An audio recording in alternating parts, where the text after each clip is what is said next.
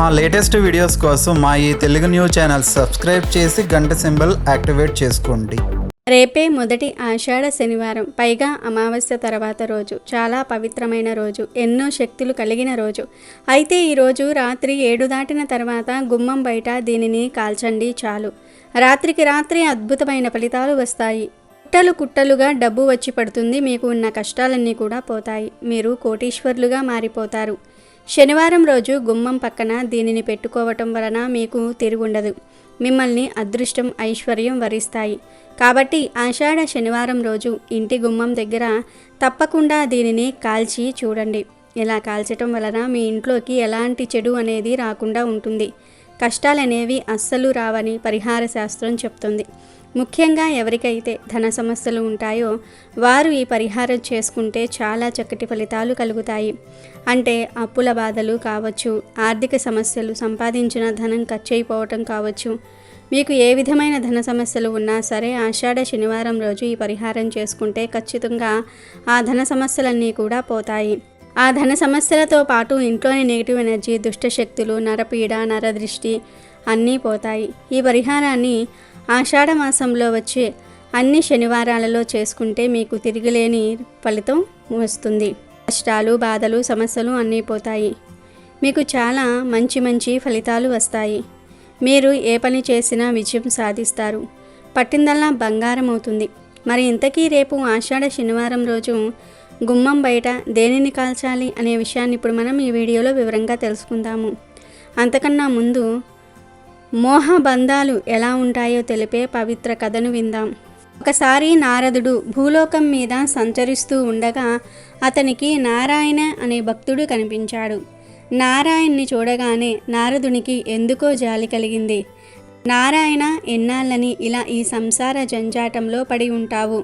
నువ్వు కూడా చక్కగా నాతో వచ్చేయి. నిన్ను ఆ భగవంతుని పాదాల చెంతకు తీసుకువెళ్తాను, వైకుంఠం చేరుస్తాను అని అన్నాడు. దానికి నారాయణ, అయ్యో మహానుభావ, మీ నోటి వెంట ఆ మాట రావటం నా అదృష్టం. ఆ భగవంతుణ్ణి చేరుకోవటమే ఈ జన్మకు పరమార్థం కదా.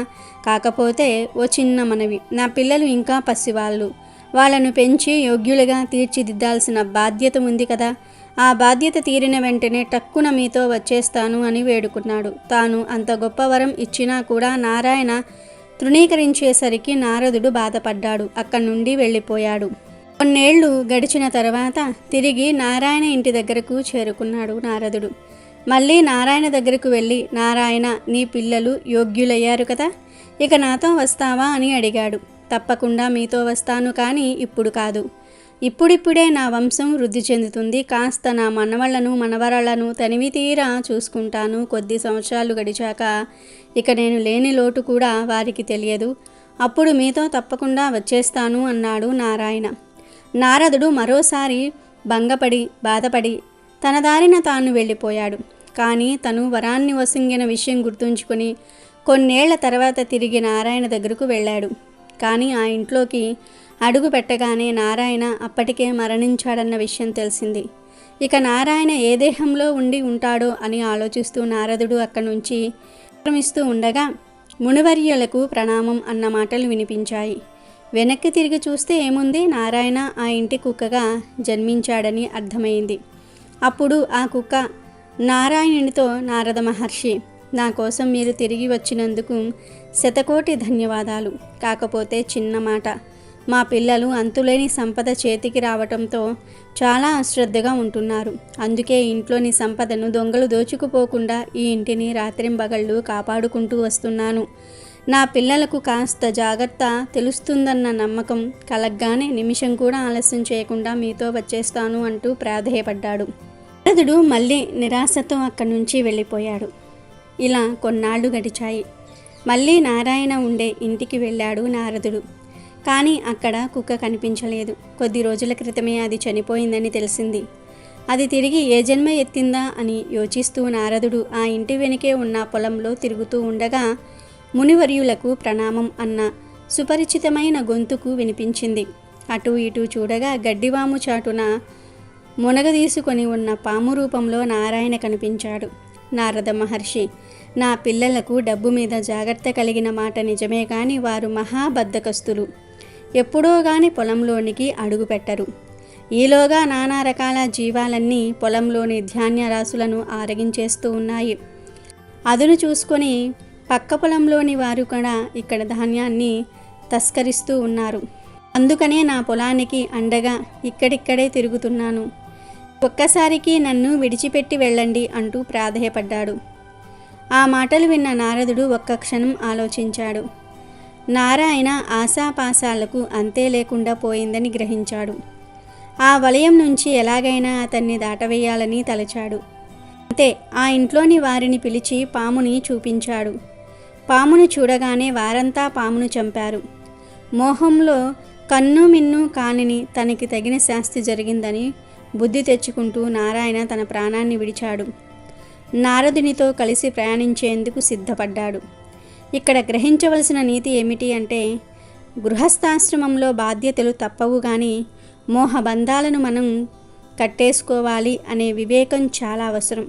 ఆమె కాదు పరం గురించి కూడా మనం తప్పనిసరిగా ఆలోచించుకోవాలి. ఇక విషయంలోనికి వస్తే ఆషాఢ మాసంలో వచ్చే శనివారాలు ఎంతో పవిత్రమైనవి. ఆషాఢ శనివారం రోజు వెంకటేశ్వర స్వామి వారి గుడికి వెళ్ళినా లేదా ఇంట్లో వెంకటేశ్వర స్వామి వారిని పూజించుకున్నా చాలా మంచి జరుగుతుంది. ఏమీ చేయలేకపోతే కనీసం వెంకటేశ్వర స్వామి ఫోటో ముందు దీపాన్ని అయినా సరే పెట్టుకోండి. ఇక ఎవరైతే ధన సమస్యలతో బాధపడుతూ ఉన్నారో వారు ఆషాఢ శనివారం రోజు రాత్రి 7 దాటిన తర్వాత చక్కగా ఒక చిన్న మట్టి ప్రమ్మిదను తీసుకోండి. ఆ ప్రమ్మిదలో ముందు 4 లవంగాలు వేయండి. అలాగే చిన్న బెల్లం ముక్క కూడా వేయండి. అంటే పిసరంత బెల్లం ముక్క వేయండి. అలాగే ఒక కరివేపాకును కూడా వేయండి. చివర్లో 2 కర్పూర బిళ్ళలు వేయండి. లవంగాలు చాలా శక్తివంతమైనవి. వీటి శక్తి గురించి అందరికీ తెలుసు. అందుకే పరిహారాల్లో లవంగాలను బాగా వాడుతూ ఉంటారు. బెల్లం కూడా చాలా పవిత్రమైన పదార్థం.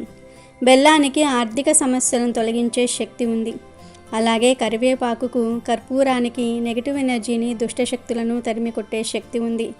ఈ పదార్థాలన్నీ లక్ష్మీదేవికి ఎంతో ఇష్టమైనవి కనుక వీటన్నిటినీ చిన్న ప్రమ్మిదలో వేయండి. ఆ తర్వాత ఈ ప్రమ్మిదను పట్టుకుని ఇల్లంతా తిరగండి. బాత్రూంతో సహా అన్ని గదుల్లో తిరగండి. అలా తిరిగేటప్పుడు మీ మనసులో మీరే మాకు ఉన్న ఆర్థిక సమస్యలన్నీ కూడా పోవాలి, మాకు ధనం కలిసి రావాలి అని మనసులో సంకల్పం చెప్పుకోండి. ఇలా ఇల్లంతా తిరిగేసిన తర్వాత ఈ ప్రమ్మిదను మెయిన్ డోర్ బయటకు తెచ్చేసి గుమ్మానికి ఎడమ పక్కన పెట్టండి. అగ్గిపుల్ల వెలిగించి కర్పూరాన్ని, కరివేపాకును, లవంగాలను, బెల్లాన్ని కాల్చివేయండి. కర్పూరం ఉంది కనుక అన్నీ శుభ్రంగా కాలిపోతాయి. ఇలా కాలిన తర్వాత మీరు ఇంట్లోకి వెళ్ళిపోయి మీ పనులు చూసుకోండి. రాత్రి 7 దాటిన తర్వాత ఎప్పుడైనా సరే ఈ పరిహారాన్ని చేసుకోవచ్చు. ఇక ఇంటి బయట ఉన్న ప్రమ్మిదలోని బూడిదను ఏదైనా సరే పిచ్చి చెట్టు మొదట్లో పడవేయండి. ప్రమ్మిదను మళ్ళీ మీరు తిరిగి వాడుకోవచ్చు. ఇలా ఆషాఢ శనివారం రోజు ఈ చిన్న పరిహారం చేస్తే రాత్రికి రాత్రే మీ జీవితం మారిపోతుంది. అంటే రాత్రికి రాత్రే కట్టలు కట్టలుగా డబ్బు వచ్చి పడిపోతుందని కాదు, మీకు ఉన్న ధన సమస్యలు పోతాయి, సంపాదన పెరిగే మార్గాలు తెలుస్తాయి. కష్టం మీద మీరు బ్రతకగలిగే శక్తి వస్తుంది కనుక మీరు కూడా ఆషాఢ శనివారం రోజు గుమ్మం దగ్గర ఈ చిన్న పని చేసి శుభ ఫలితాలను పొందండి. రేపు ఆషాఢ శనివారం రోజు రాత్రి పడుకునేలోపు వేప చెట్టు కనిపిస్తే ఈ చిన్న పని చేయండి చాలు. 5 నిమిషాల్లో ఖచ్చితంగా రాజయోగం పడుతుంది. మీకు ఉన్న సమస్యలన్నీ కూడా పోతాయి. బాధలు, కష్టాల నుండి బయటపడతారు. లక్ష్మీదేవి అనుగ్రహంతో ఆర్థిక సమస్యలన్నీ కూడా తీరిపోతాయి. ధనం బాగా కలిసి వస్తుంది. 5 నిమిషాల్లో మీరు ఫలితాలను చూడగలుగుతారు. వేప చెట్టు చాలా పవిత్రమైనది. వైద్యంలో దీని పాత్ర గురించి కౌటిల్యుడు అర్థశాస్త్రంలో వివరించాడు. మన ప్రాచీన ఆయుర్వేదంలో కూడా వేప గురించి అనేక రుజువులు ఉన్నాయి. భూమి మీద అమృతం చుక్కలు పడితే అది వేప చెట్టుగా మొలిచిందని పురాణాలలో కథలుగా వ్రాశారు. వేప చాలా విధాలుగా పనికి వస్తుంది. దేవ వైద్యుడైన ధన్వంతరిగా వేపనే కొలుస్తారు. ఎవరైతే జీవితం మొత్తంలో ఒక వేప చెట్టును నాటుతారో వాళ్ళు స్వర్గానికి తిన్నగా చేరుకుంటారని శాస్త్రం చెప్తోంది. రామాయణంలో రాముడు పంచవటిలో ఉన్నట్లు చెప్తారు. మారేడు, బిల్వ, సమి, రావి, వేప ఈ 5 చెట్లు ఉంటే పెద్ద వనంతో సమానం. వీటిలో వేప కూడా ఉందంటే ఆ చెట్టు ఎంత ముఖ్యమైందో తెలుస్తుంది. వేపాకు పచ్చడి తన ఆరోగ్య రహస్యం అని జాతిపిత మహాత్మా గాంధీ అన్నారు. ఆరోగ్యపరంగా వేప చాలా మేలు చేస్తుంది. అందుకే మన దేశంలో ఉగాది పండుగ రోజున వేప పువ్వును పచ్చడి చేసి తప్పక తింటూ ఉంటారు. అశోక చక్రవర్తి చింత, మదుగ చెట్లతో పాటు రోడ్ల వెంబట నీడ కోసం వేప చెట్టును కూడా నాటించాడు. ఇప్పటికీ నీడ కోసం వేపను పెంచడానికి అందరూ ఇష్టపడుతూ ఉంటారు. గాలిని శుభ్రపరిచే గుణం వేపాకుకు కలదు. ఈ చెట్టు మిగతా చెట్ల కంటే ఎక్కువ ప్రాణవాయువును వదులుతుంది. వేప చెట్టు దగ్గర ఉంటే చాలు ఆరోగ్యం కుదుట పడుతుందని, మలేరియా, కలరా వంటి అంటువ్యాధులు రావని అంటూ ఉంటారు. ఇంత చరిత్ర కలిగి అనేక ఉపయోగాలు ఉన్నాయి కాబట్టే వేప చెట్టును పూజిస్తారు, ఆరాధిస్తారు, పోషిస్తారు, దేవాలయాల్లో పెంచుతారు. ఈ చెట్టు మన దేశ సంస్కృతిలో, వైద్యంలో, మతాలలో, నమ్మకాలలో, సాహిత్యంలో, ప్రజల అలవాట్లలో విడదీయరాని విధంగా పెనవేసుకుని పోయింది. ఇంటి దగ్గర వేప చెట్టు ఉంటే మహాలక్ష్మి ఉన్నట్టే అంటారు. ధనాన్ని ఎంత జాగ్రత్తగా కాపాడుకుంటూ ఉంటామో అదేవిధంగా వేప చెట్టును కూడా కాపాడుకోవాలి. ఇంతటి విశేష ప్రాముఖ్యత కలిగిన వేప చెట్టు శనివారం రోజు ఏ సమయంలో అయినా సరే మీ కంటికి కనబడితే ఈ ఒక్క పని చేయండి చాలు. 5 నిమిషాలలో మీ జీవితం మారిపోతుందని, గొప్ప రాజయోగం కలుగుతుందని పండితులు చెప్తూ ఉన్నారు. మరి శనివారం రోజు వేప చెట్టు కనిపిస్తే ఏం చేయాలో ఇప్పుడు మనం ఈ వీడియోలో వివరంగా తెలుసుకుందాం. శనివారం అనేది వెంకటేశ్వర స్వామికి ఎంతో ఇష్టమైన రోజు. ఈ రోజు స్వామివారిని పూజిస్తే చాలా మంచిది. వెంకటేశ్వర స్వామి అంటే విష్ణుమూర్తి అవతారమే. విష్ణుమూర్తికి, లక్ష్మీదేవికి ఇద్దరికీ ఎంతో ఇష్టమైన చెట్టు వేప చెట్టు. శనివారం రోజు పడుకునే లోపు ఎప్పుడైనా సరే వేప చెట్టు కనిపిస్తే ఆ వేప చెట్టు దగ్గరకు వెళ్ళి కొన్ని నీళ్లను చెట్టుకు సమర్పించండి. తర్వాత వేప చెట్టు చుట్టూ 11 ప్రదక్షిణలు చేయండి.